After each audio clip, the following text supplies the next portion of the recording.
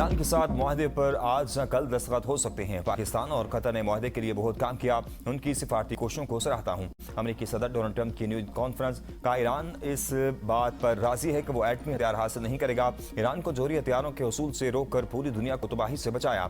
अब डील हो गई है, अब हुर्मुज़ खुलने जा रही है। अगर डील ना करते तो अब हुर्मुज़ न खुलती, बमबारी हफ्तों महीनों चलती रहती। ईरान में रजीम चेंज हो चुकी, नई क़यादत स्मार्ट है। G7 ममालिक बहुत खुश हैं कि हमने ईरान से मुआहदा कर लिया। जैसे ही हम मुआहदे की बात करते हैं, स्टॉक मार्केटें रॉकेट की तरह ऊपर जाती हैं। अब तेल की कीमतें कम हो रही हैं। मैं जंग जारी रख सकता था, लेकिन दुनिया में एक साथ बाजारी नहीं चाहता। एक मुल्क कहता है कि ईरान पर बमबारी जारी रखें, ये बेवकूफ़ लोग हैं। ईरान मुआहदे पर अगर अमल दरामद नहीं करेगा तो बमबारी दोबारा करेंगे। इब्राहिम मुआहदे को तोसी देना चाहते हैं। जंग के बावजूद कोई मुल्क इस मुआहदे से अलग नहीं हुआ। नेतन्याहू लिबनान पर हमलों पर इख्तलाफ है। उन्होंने कहा कि वो हिजबुल्लाह के साथ अच्छा सलूक करे। इसराइल को दफा का हक हासिल है, लेकिन लिबनान में इमारतें तबाह करना ठीक नहीं।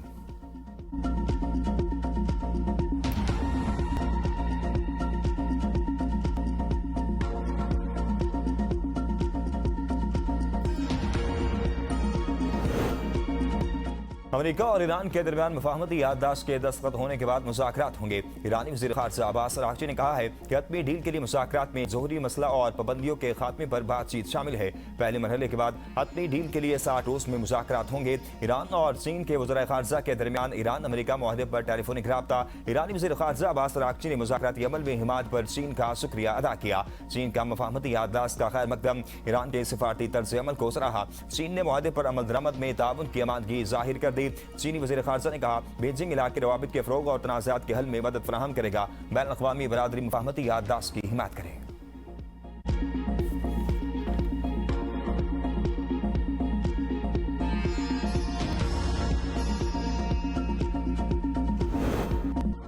अमेरिका ईरान मुफाहमती याददाश्त की दस्तखती तकरीब। पाकिस्तानी वफ़द स्विट्ज़रलैंड पहुंच गया। वज़ीर आज़म शहबाज शरीफ आज स्विट्ज़रलैंड रवाना होंगे। पाकिस्तान अमेरिका ईरान मुफाहमती याददाश्त पर दस्तखत की तकरीब में शिरकत करेगा। अमेरिकी मीडिया ने दावा किया। रिपोर्ट के मुताबिक इलेक्ट्रॉनिक दस्तखत आज करने का मकसद जुमे से पहले आपना हुर्मुज़ को फौरी खोलना है। जुमे को स्विट्ज़रलैंड में अमेरिकी नायब सदर JD वैंस और ईरानी पार्लियामेंट के स्पीकर मोहम्मद बाकर कालिबाफ की क़यादत में वफूद की मुलाकात बदस्तूर शेड्यूल के मुताबिक होगी।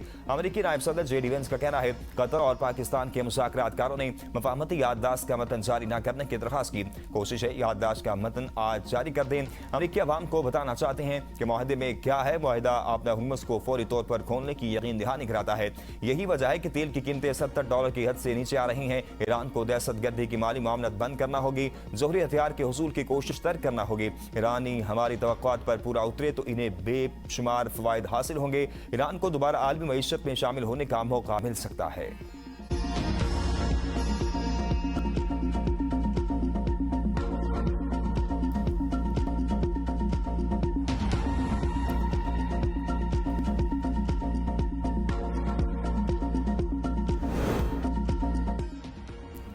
इसहाक डार को वज़ीर ख़ज़ाना, मोहसिन नकवी को वज़ारत ख़ारिजा का कलमदान सौंपे जाने का इम्कान। वफाकी हुकूमत में बड़े पैमाने पर तब्दीलियों की तैयारी।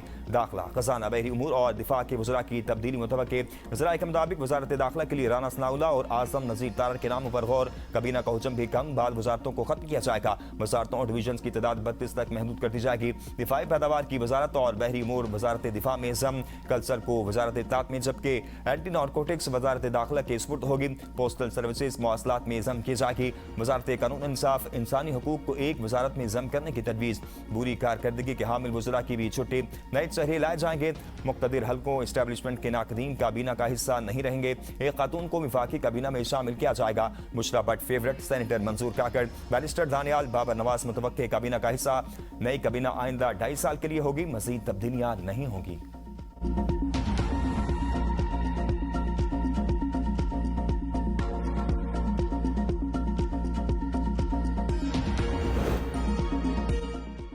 पीपल्स पार्टी के बजट पर तहफ़्फ़ुज़ात। वज़ीर आज़म शहबाज शरीफ से चेयरमैन पीपल्स पार्टी बिलावल भुट्टो ज़रदारी की वज़ीर आज़म हाउस में मुलाकात। बजट से मुतालिक अमूर पर तबादला ख्याल। बिलावल भुट्टो ने अपने तहफ़्फ़ुज़ात बारे आगाह किया। वज़ीर आज़म की पीपल्स पार्टी के एतराज़ात दूर करने की यकीन दहानी। बिलावल भुट्टो ने ईरान अमेरिका मुआहदे में पाकिस्तान के मस्बत किरदार पर वज़ीर आज़म को सराहा। मुलाकात में आज़ाद कश्मीर की सूरत हाल पर भी गुफ्तगू। बिलावल भुट्टो का गिलगित बल्तिस्तान में हुकूमत साजी से मुताल्लिक हिमायत पर वज़ीर आज़म से इज़हार तशक्कुर। गिलगित बल्तिस्तान में हुकूमत साजी के लिए बिलावल भुट्टो ज़रदारी ने अपनी बात मनवा ली। पीपल्स पार्टी और मुस्लिम लीग नून के दरमियान गिलगित बल्तिस्तान की हुकूमत बनाने के मामला तय पा गए। पीपल्स पार्टी ने गिलगित बल्तिस्तान में हुकूमत बनाने के लिए नंबर पूरे कर लिए। गिलगित बल्तिस्तान में वज़ीर आला जियाला होगा। नून लीग ने गिलगित बल्तिस्तान में पीपल्स पार्टी की हुकूमत को वोट देने की हामी भर ली। गिलगित बल्तिस्तान में नून लीग ने पीपल्स पार्टी से गवर्नरशिप का मुतालबा कर रखा है।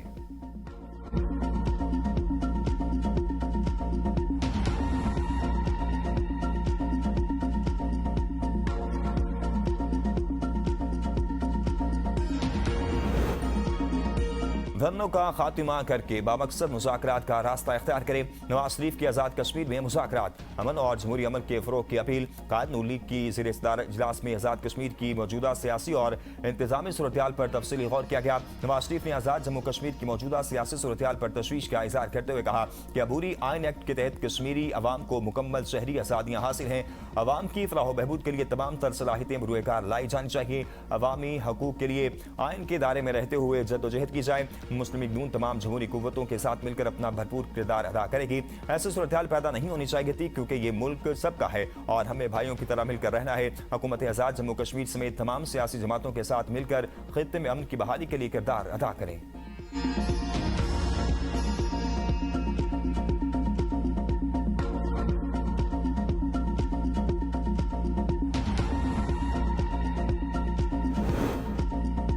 सिंध में नए माली साल का टैक्स फ्री बजट पेश कर दिया गया। सरकारी मुलाजमीन की तनख्वाहों और पेंशन में 7% इजाफा तजवीज़।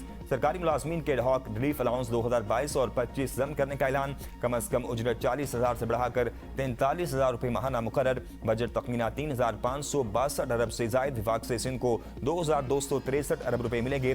सिंध हुकूमत अपने सूबाई टैक्सों से 775 अरब जमा करेगी। सर्विसेज पर सेल टैक्स का हदफ 456 अरब रुपये होंगे। सिंध हुकूमत बैंकों से 60.8 अरब रुपये कर्ज मिलेगी। गैर मुल्की इमदाद और फंड्स की मद में सूबे को तकरीबन 264 अरब रुपए मिलने की तवक्को है। अपाचे के 186 मनसूबों के लिए 30 अरब 94 करोड़ रुपए मुख्तस। तालीमी शोबे के लिए 655 स्कीमों के लिए 25 अरब 86 करोड़ रुपए मुख्तस किए जाएंगे। शहर के 25 बड़े तरक्याती मनसूबों के लिए 14 अरब 11 करोड़ रुपए मुख्तस। ट्रांसपोर्ट सेक्टर के लिए 7 अरब 94 करोड़ रुपए रखने की तजवीज़। सेहत के शोबे के लिए 17 अरब 43 करोड़ रुपए मुख्तस किए जाएंगे। ज़रूरी सुपर टैक्स की शरह को भी 10% से कम करके 8% कर दिया गया।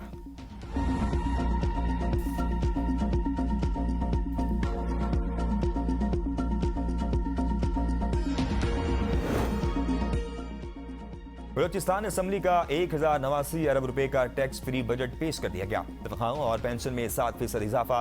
रवा मालियाती साल के दौरान 2,966 जारी और नई तरक्याती स्कीमें मुकम्मल होंगी। कुल आमदन 886 अरब रुपए रही। आइंदा माली साल के कुल अखराजात का तखमीना 1,079 अरब रुपए है। तरक्याती बजट का हुजम 797 अरब रुपए। मजमूई सूबाई तरक्याती बजट का हुजम 206 अरब रुपए है। नई स्कीमों के लिए 106 जबकि जारी स्कीमों के लिए 100 अरब रखे गए हैं। सस्ती तवानाई की फराहमी के लिए ट्यूबवेल्स की सोलराइजेशन के लिए 3.8 बिलियन रुपए मुख्तस किए गए। डिविजनल हेडक्वार्टर के मास्टर प्लान के लिए 3 बिलियन मुख्तस। मादनी वसाइल के फरोग और सरमायाकारी बढ़ाने के लिए 490 मिलियन रुपए मुख्तस। सकाफत और आसार खदीमा के फरोग के लिए 85 मिलियन रुपए मुख्तस किए गए। महकमा सेहत के लिए 6 अरब मुख्तस किए गए। सेहत के शोबे में गैर तरक्याती बजट और बगैर असासाजात के लिए 90 अरब रुपए तजवीज़। महकमा स्कूल एजुकेशन के तरक्याती बजट की मद में 12 अरब रुपए मुख्तस किए गए। फेडरल डेवलपमेंट ग्रांट्स की मद में 45 अरब रुपए मुख्तस किए गए।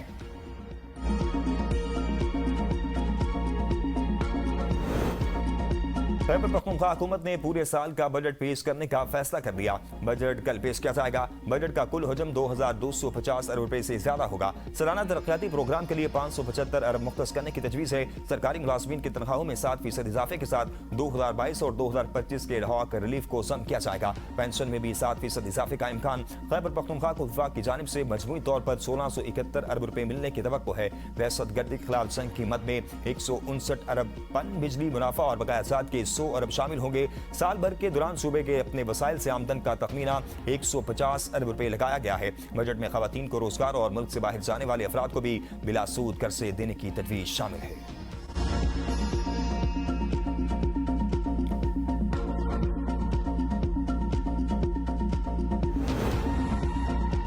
बॉबी कौमी असम्बली इजलास में हुकूमत और अपोजिशन अरकान लड़ पड़े। हाथापाई तल्ख जुमलों का तबादला स्पीकर ने बीच बचाव करवाया। राना तनवीर हुसैन और आतिफ खान के दरमियान गर्मा गर्मी। अपोजिशन रहनुमा ने कहा, राना तनवीर आप चुप कर जाएं, जिस पर राना तनवीर हुसैन ने कहा कि मैं आपके लीडर को खूब जानता हूं। आज आपके साथ जो हो रहा है वो मकाफाती अमल है। पीटीआई वाले कहते हैं कि वो मुंतखब होकर आए हैं, क्या हम मुंतखब होकर नहीं आए? मैं चैलेंज करता हूं कि बानी पीटीआई को मेरे हल्के में खड़ा कर लें। आप सब लोटों का टोला हो, आप चोर हो। आतिफ खान का कहना था कि राना साहब आपको अदालत में ना घसीटा तो न बोलें। तलाल चौधरी ने कहा कि अगर बहस चल रही है तो इसमें शोर शराबा अपोजिशन ने किया। हमारे रुकन की तकरीर में शोर किया जाएगा तो हम भी बोलने नहीं देंगे। इस दौरान आमिर मक्सी ने स्पीकर को मुखातिब करते हुए कहा कि बात बढ़ गई है, इससे रोका जाए। स्पीकर ने मुदाखलत करते हुए कहा कि दरगुजर करें। पीटीआई के रुकन असम्बली असद कैसर की वज़ीर दिफा पर तनकीद। कहा ख्वाजा आसिफ की ज़मीर पर बोझ है तो चोरी की गई सीट से फौरन इस्तीफा दें। क्या ख्वाजा आसिफ आम इंतखाबात में रेहान लाडार से बड़ी लीड से नहीं आ रहे थे? बोझ हल्का करने के लिए आए और दोबारा रेहान लाडार के खिलाफ इलेक्शन लड़ें।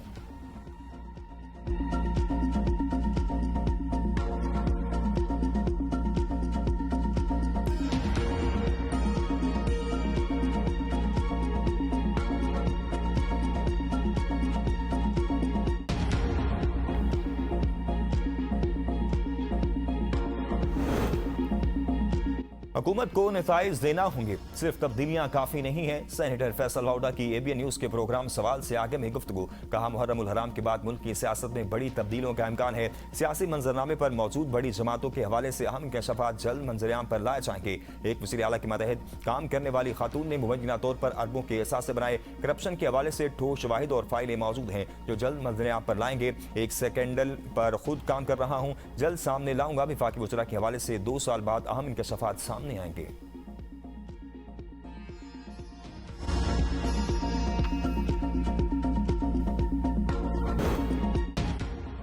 अमेरिका ईरान जंग ने पाकिस्तानियों की कमर तोड़ दी। पेट्रोल 258 से 458 रुपये फी लीटर तक जा पहुंचा। पाकिस्तान में पेट्रोल 70% और डीजल 88% तक महंगा हुआ। पाकिस्तानी अवाम ने तारीख का महंगा तरीन पेट्रोल खरीदा। जंग से पहले पाकिस्तान में पेट्रोल की कीमत 258 रुपये 17 पैसे फी लीटर थी, जबकि डीजल 275 रुपये 70 पैसे फी लीटर था। उस वक्त पाकिस्तान में पेट्रोल 373 रुपये 78 पैसे फी लीटर और डीजल 378 रुपये 78 पैसे फी लीटर पर फरोख्त किया जा रहा है। जबकि आलमी मार्केट में खाम तेल की कीमत कम। WTI खाम तेल की कीमत $76, ब्रेंट खाम तेल की कीमत $79 तक आ चुकी है, जबकि इसमें मजीद कमी की पेशगोई भी की गई है। शहरियों का कीमतों में फौरी कमी का मुतालबा।